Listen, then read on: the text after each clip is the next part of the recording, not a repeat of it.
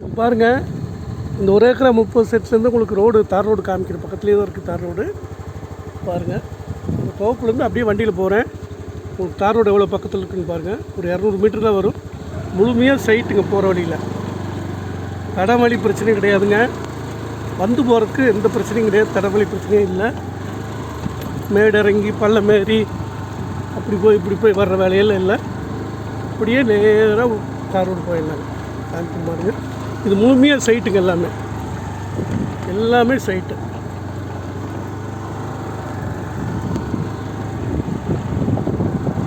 கம்ப்ளீட்டாக சைட்டுங்க. சைட்டுக்குள்ளே இருக்கிறதுனால இதுக்கு மதிப்பு எப்போவுமே அதிகமாக தான் இருக்கும். இந்த தோப்புக்கு நல்ல ரேட்டு கொடுத்து வாங்கினாலும் தப்பு இல்லைங்க. அருமையான தோப்பு. உங்களுக்கு அந்தளவுக்கு நல்ல வருமானம் வர்றதில்ல. தோப்பு வாங்கணும்னு விரும்புகிறவங்களுக்கு அருமையான தோப்பு இது. ஒரு 1 ஏக்கரா 1.5 ஏக்கரா வாங்கணும்னு நினைக்கிறவங்களுக்கெல்லாம் பிரமாதமாக இருக்கும். பாருங்கள், போயிட்டுருக்குறோம். ஒரு 200 மீட்டர் தான் வருங்க.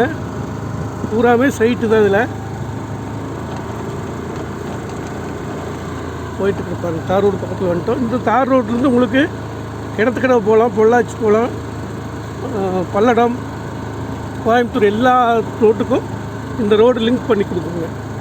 அதனால் போக்குவரத்துக்கு எந்த பிரச்சனையும் கிடையாது. கோயம்புத்தூர்லேருந்து எடுத்துட்டிங்கன்னா உங்களுக்கு இந்த இடம் வந்து சேரும்போது ஒரு 26 கிலோமீட்டர் தான் வரும். உக்கடத்துலேருந்து 26 கிலோமீட்டர் வருங்க இந்த தோப்பு.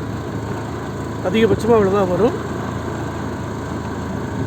பாருங்கள், நல்ல இயற்கை சூழலில் அருமையான இடத்துல இருக்குது இந்த தோப்பு. தார் ரோடு பக்கத்தில் வந்துட்டோம்.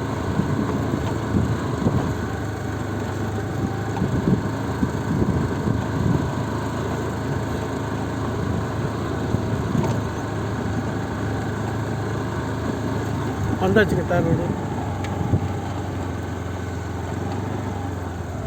இதான் தார் ரோடுங்க.